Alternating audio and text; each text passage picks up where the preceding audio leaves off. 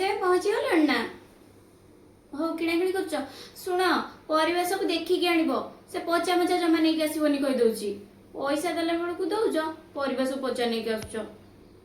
ହଁ ହଁ ଲିଷ୍ଟଟା ସେ ବ୍ୟାଗ୍ରେ ଅଛି, ସବୁ ଦେଖିକି ଭଲ ଦେଖିକି ଆଣିବ। ଆଉ ଶୁଣ, ଏଇ ମୁଁ ଏଇଥିପାଇଁ ଫୋନ୍ କରିଥିଲି ଯେ ଏଇ ଆମ ମାଙ୍କ ପାଇଁ 500 ମାଛ ନେଇ ଆସିବ। ସେ ତ ଆଇଁଷି ଆଉ, ଆମେ ସିନା ଖାଉନୁ। ହଁ ତାଙ୍କର ହେଇଯିବ, ହଁ ସେତିକି ଆଣିବ। ହଉ ହଉ ହଉ ହଉ ରଖୁଛି।